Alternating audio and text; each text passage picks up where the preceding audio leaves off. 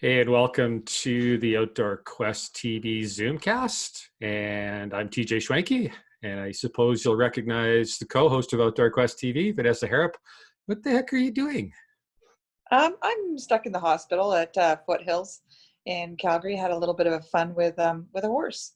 Well, I think anybody who follows our Facebook page knows there was like thousands of responses and a lot of well-wishers, but maybe just tell us a little bit about what happened or what you remember, and then I'll tell the real story.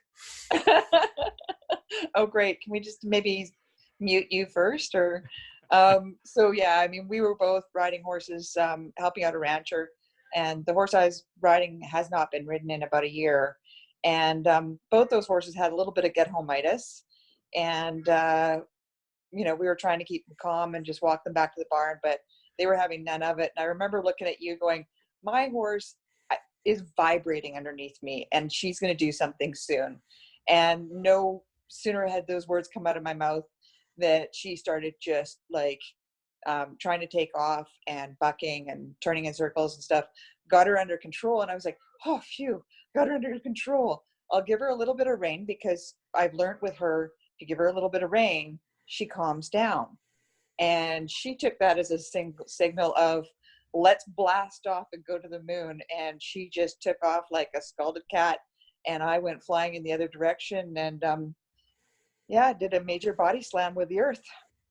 So my nomination here for Husband of the Year is, once I got my horse under control, because he was a little excited, the ears ran off, I rode up to you and I was like, well, come on, get up, just walk it off. Well, and to be honest, I thought I was just winded too. And so I'm like, you're like, the other horse is getting really upset. We better go catch her. Like, can you get up or what's going on? And I'm like, just give me a minute. I'm like, you go after her. She's going to get upset. And you're like, okay, I'll deal with the horses. And then I'll come back and get you.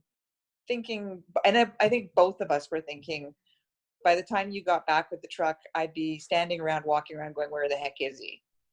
Well, to put things in perspective, we were quite a ways from the barn. Yes. Neither one of us had a phone with us. And you were laying in the middle of a hayfield in excruciating pain, having a hard time breathing and coughing blood up.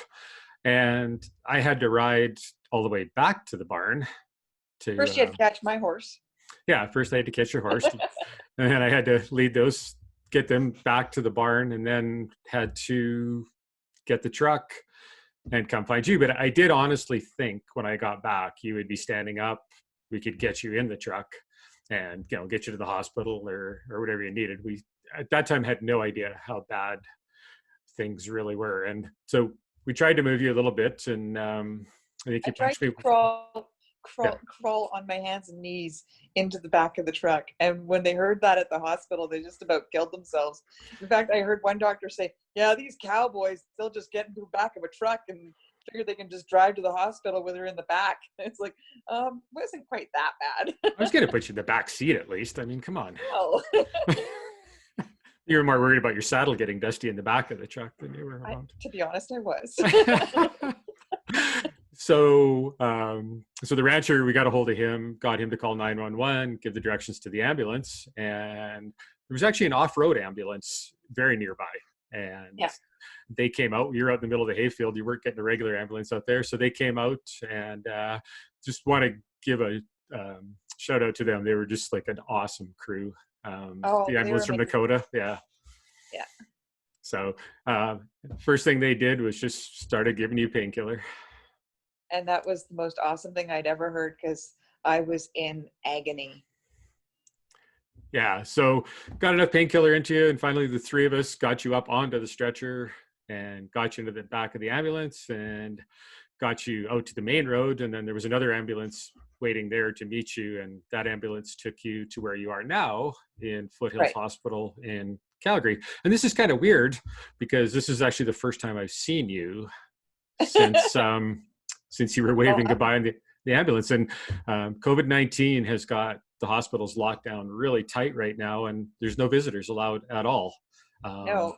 So I came to drop a bag of stuff off for you the other day, and I think that was about an hour and a half process by the time I was sanitized and the bag was sanitized and everything else. But you got your glasses and you got your toothbrush, so I hope you're happy. It was awesome. I So, just kind of missing a hairbrush. your hair looks fine. Nobody will notice. So tell us a little bit about the injuries you sustained. Well, I mean, it's been an ongoing thing. So the last I heard is that I have 4 hairline fractures on the left side of my pelvis. So 2 in the front on the left side and 2 in the back.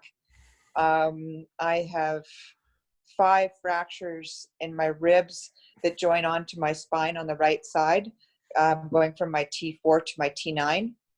And I have, I think it's 3 or 4 ribs that have multiple breaks that attach to my sternum. One of those ribs, when they snapped, it punctured my lung.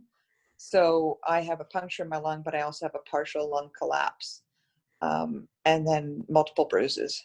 So you've got a hemothorax going on. You've got basically fluid in your chest cavity that's not allowing your lung to fully expand, which kind of explains why you were having a little trouble breathing, perhaps. Yes. Yes. So right now you're not in the general part of the hospital. You're in the trauma part of the hospital in case something goes wrong with your lungs, and they're keeping a pretty close eye on you. Yeah, and it's shocking because you talk to all the nurses. The crew here is just amazing, and trauma here is really busy. And they said as soon as this nice weather started happening, they started getting a lot of patients in, and also once they lifted those those restrictions, they started getting a lot more patients. So the areas that are in isolation and stuff, they're actually having to pull people from there to help out because they're just understaffed here. They're so busy. So you've been in, you've been in Sundays today, so you've been in 3 days now, Yeah. and they still haven't given you a parole date yet? Not yet, no. As I think basically the rule of thumb is when I can start getting mobile with my little walker I got today, which is just a really You're getting to that age, so. Hey. There will be none of that. And then just they want to make sure that my ribs are stabilized, so I'm not going to get any more punctures, and that the fluid around my lungs and everything's clearing up, and I'm not going to damage that further. Once those are all okay, then I can probably come home. So I'm kind of hoping they hurry up a bit because the laundry pile is getting a little bit high here. And I kind of want to say something right now too. I'm really disappointed in a lot of our Facebook followers because all these people were like, "Hey, if you guys need anything, just ask." So I probably asked like 10 people now to come do laundry, and not one of them offered. I don't know. A couple of people said Google it, and you know what? If you look on the side of the laundry, I mean, I had to figure out how to do laundry at some point. I just didn't magically know how to do it. Well, I figured it out. You throw it in the laundry basket and it ends up back on the bed clean and folded. Like I've tried that, but the basket's still full. So really, yeah. Poor Diddums. So the other question a lot of people have been asking, and maybe you can ask your surgeon tomorrow about this, is a lot of people want to know when you're going to be able to open gates again. It's not going to be for some time. I'm usually a right-handed gate opener. And of course, with all the broken ribs and everything on my right side of my body, I'm not capable of doing anything from my right side. So unless I become ambidextrous, I'm sorry, you're screwed. I wonder if we could talk to our rancher friend about changing the side that he locks the gates on and the gates open. I wonder if he would do that for us.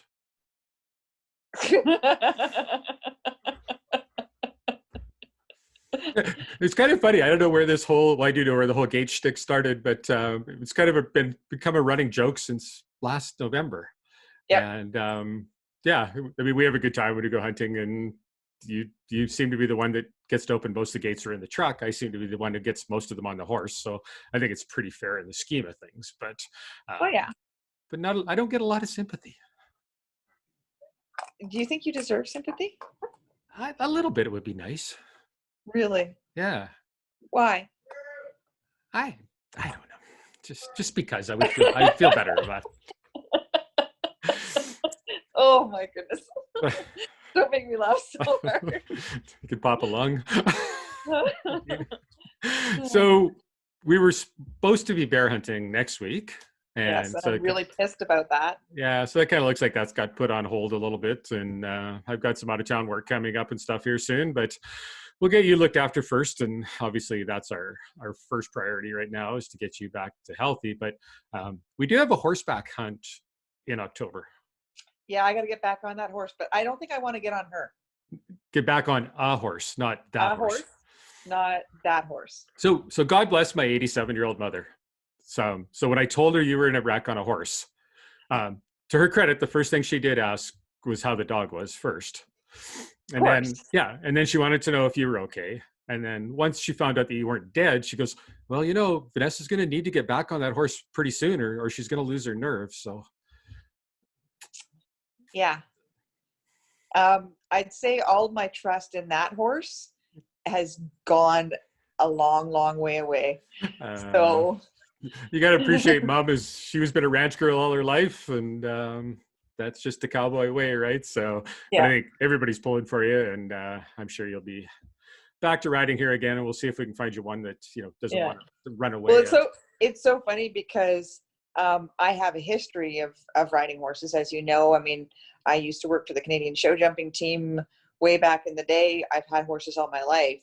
I've just taken a brief break from them. Just life gets in the way, you do different things. And so, but always when I got to the hospital, everywhere I went, everybody I talked to, they're like, so was this the first time you were on a horse? Well, as it was running away from you, I was kind of questioning that myself. So, I mean, rookie mistake, and I totally let my guard down, and I should have known better, especially with her. Well, it's funny. I've had take advantage, but. Well, it's funny. I've had messages, I think, from 3 or 4 people in the last day saying, hey, I was in a horse wreck this weekend too, and I broke my foot, I busted my knee and everything else. So you're in a bit of good company. It seemed to be going around. It was a more common injury than COVID was over the weekend, apparently. Well, yeah, it's like, thank goodness something else besides COVID, right? Yeah. Or exactly. Trudeau. But I won't get you started on Trudeau. No, don't get my blood pressure up again. So when you met me, you had a pretty normal life, and you enjoyed your life. You did a lot of things, and then you met me, and we kind of started living life to the fullest. And everybody always looks at our life and goes, "You guys have the best life ever," and we do. I mean, we do live life. Oh, we're blessed. We are totally blessed. Yeah, we totally live life every day, but living life can come with a price. And you're sitting in a hospital bed right now because we're out living life, and this isn't your first trip to the hospital when you were with me, is it? No, but to be honest, to be fair, I was always a little accident prone even before I met you, just not to the level of being accident prone that's been with you. So my injuries and my accidents are a lot more interesting now than, falling up or downstairs. Well, maybe give us a little rundown. Let's see. On one of your bighorn sheep hunts, we're climbing up a mountain, get over the other side, shale let loose. I do a major Johnny ass cracker, land on my elbow. Figured I just hurt my funny bone. We continue in. And in fairness, for that husband of the year nominee that's coming up for me, what did I say to you? Suck it up, princess. Yeah. Yeah. Right. Yeah. Let's go. Come on. We got to get going there. There were sheep there. We went down the mountain, back up another mountain, across through a valley, and got to where there's sheep. Of course, while we're hunting, TJ's looking at a ewe a mile away going, look at that sheep. And I'm like, what's wrong with the sheep that's 60 yards away?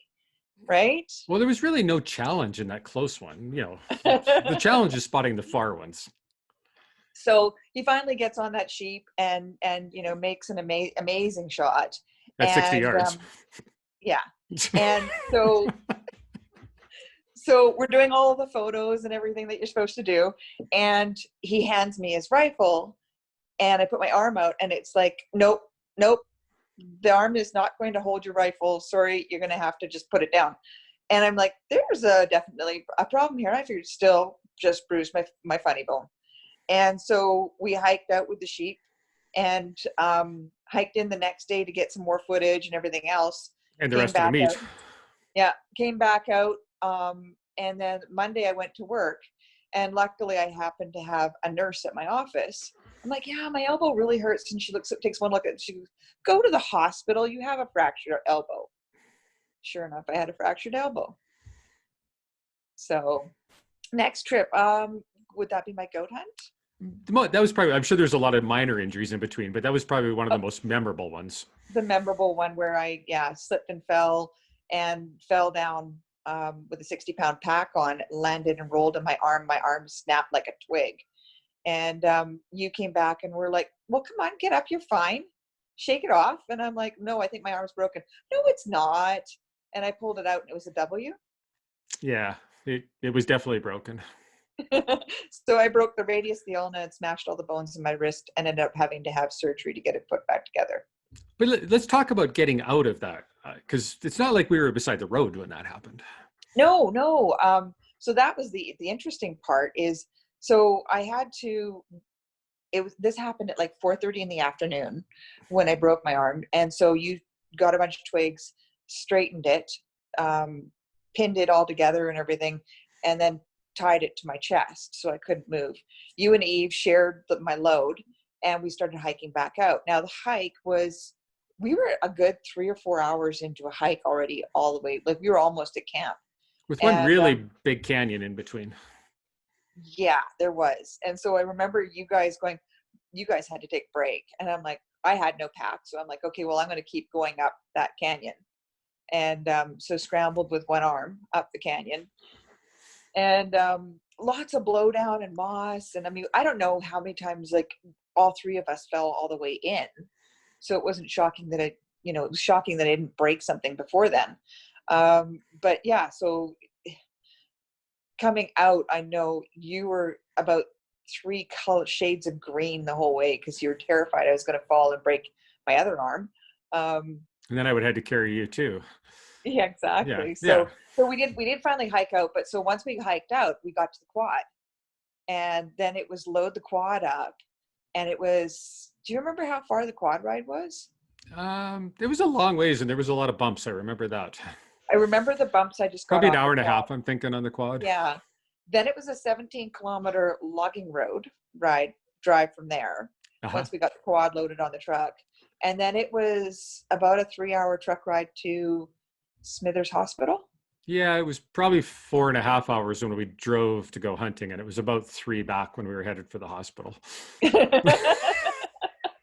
Yeah, someone was a little bit of a speed demon. We're all keeping our eyes peeled for moose and everything else because it's dark. Yeah. And so get to the hospital, and the nurse is like, so when did this happen? I'm like, well, about 4:30 in the afternoon. She's like, well, why didn't you come sooner? I'm like, we got here as soon as we could. She goes, but it's 1:00 in the morning. I'm like, we got here as soon as we could.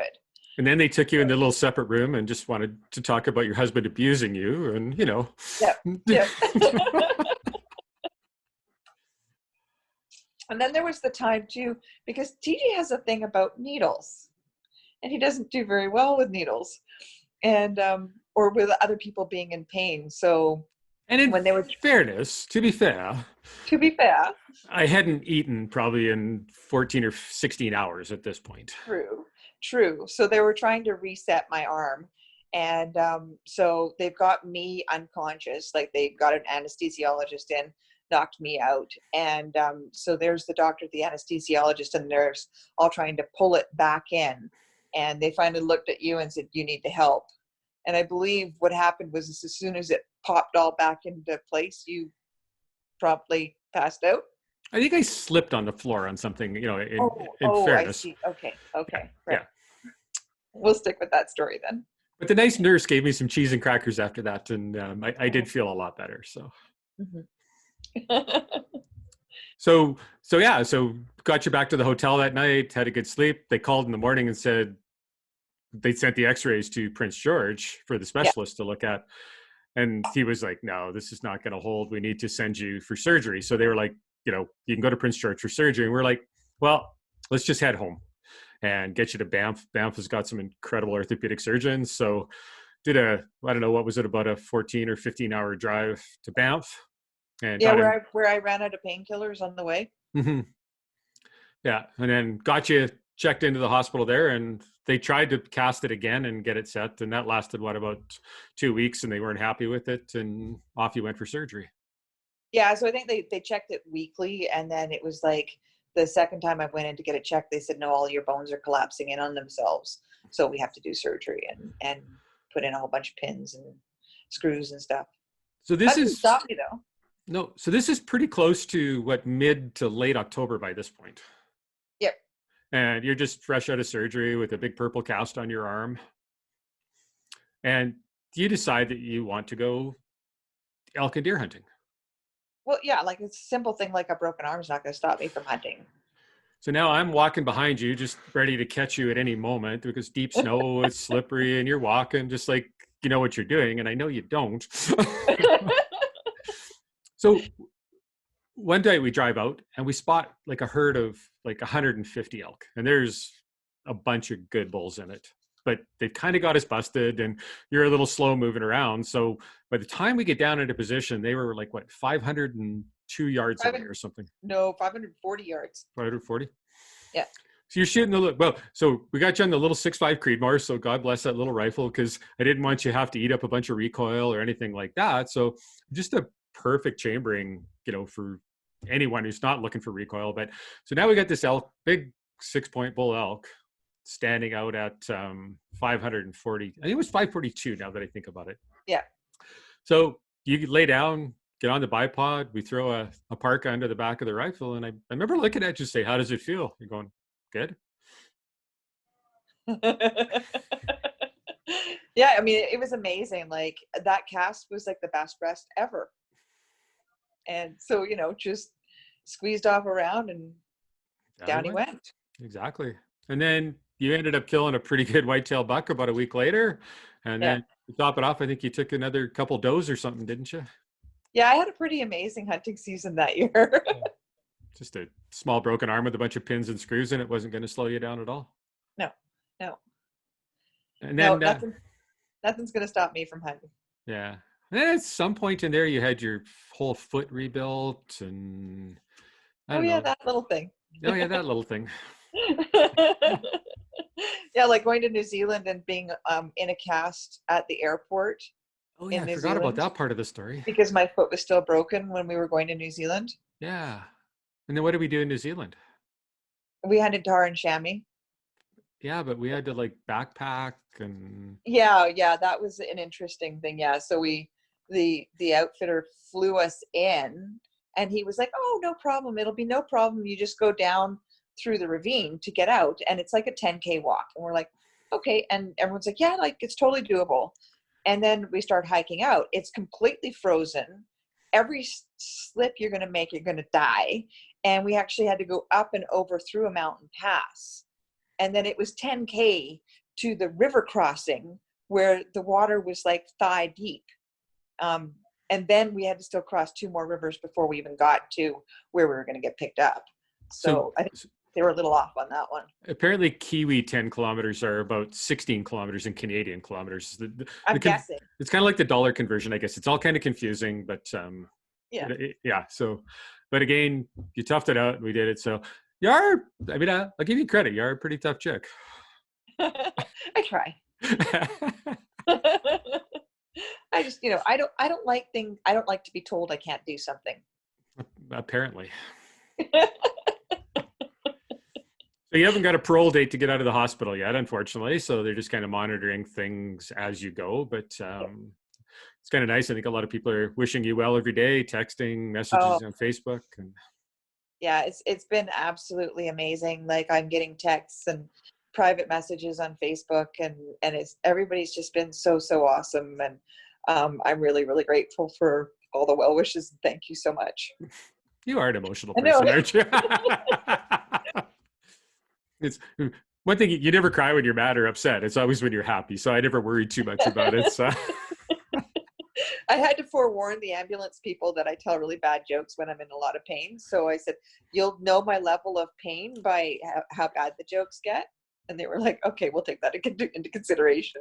So classic ambulance story though. So like being the photographer and journalist that I am, I had to document the whole thing, right? So I got some great pictures of them treating you and the ambulance, and the Dakota team seemed to be dealing okay with it. But when we switched over to the Calgary ambulance, they weren't happy about that. I'm taking a picture and the one EMT goes, and who the hell are you to her? Like, Oh, wow, we kind of live together, so you gonna be okay? yeah. I just can't laugh really hard. But we got it all documented, and it's just another one of the great stories that we have to tell. And I mean, we don't like to see you get hurt, but it is all part of, like I said earlier, living life. And Yeah. we live life big, and sometimes there's going to be bumps and bruises along the way. And man, we've lost some good friends over the years that were hunters that just were Yeah. living big life too. And I think it's one of those things. If you're going to do it, there's risk come with it, and you got to be prepared for that. But I think the You know reward. what? Life's too short. You can't you can't spend your whole life wrapped up in a bubble. Well, you know what? Brent from Stony Creek is supposed to be calling here this week, and I'm gonna see if he can design a bubble wrap line of clothing for you. That might not be a bad idea, but yeah, Yeah, get some Tuatara camo bubble wrap. sounds good to me. Yeah, that'd be perfect. So we got lots of exciting plans coming up here once this stupid COVID thing comes to an end and we can start traveling again. But I think we'll probably end up drawing some Wyoming tags for antelope this year. I've got an unbelievable New Mexico elk tag. Going to be a horseback hunt, so I guess we'll have to get you out riding a little bit in between then and kind of get you back on the horse, so to speak. Yeah. And then lots of stuff going on in Alberta. We haven't even put our draws in today. They just opened today. So I guess we'll probably look at that. But, you've got enough points for mule deer, and I've got some elk points, and who knows what we'll decide to draw. But it's an exciting season. And then starts all over again with, come show season. We've got SCI, we've got wild sheep, we've got all kinds of things. And then we're booked for Africa again in May. Yep, can't wait. Yeah, so nothing like a little living the dream. Yeah, a little bit of hospital visit's not going to slow you down from planning either, is it? No, it's not. Yeah, I think a lot of people, they get feeling pretty sorry for themselves and get down. And I will give you a pat on the back. You are pretty tough. I knew when you're on the ground screaming and you couldn't get up that there was no faking it. I've seen you in some pretty bad pain, work through a lot of things. So, but I'm going to probably let you go. And I think I've had so many messages today asking how you were doing. So I figured, hey, why don't we do a Zoomcast and everybody can see how you're doing. You can tell everybody how you're doing. So yeah, I look like hell, but hey, your hair looks good. Right. That's one of the things Vanessa and I always, so we'll set up with an animal after a hunt to take photos or to shoot the video. And her first question is always, how's my hair look? And I'm always like, yeah. Then I'm looking, see if there's any blood on the animal, make sure it's positioned perfectly and everything else. And I never look at her hair, but I'm always, oh, it looks good, dear. It looks good. And then it's not editing the video. I'd say probably 98% of the time, it's not good. Yeah, but it looks awesome right now. I gotta say. Yeah, I can see my picture. And yeah, this medication I'm on. Anyways. Right. So say hi to everyone out there, and thanks everybody. I really appreciate it. We'll let you go, and I can't wait till you get home, and love you, and we'll see you soon. Love you too. All Bye. right. Take care.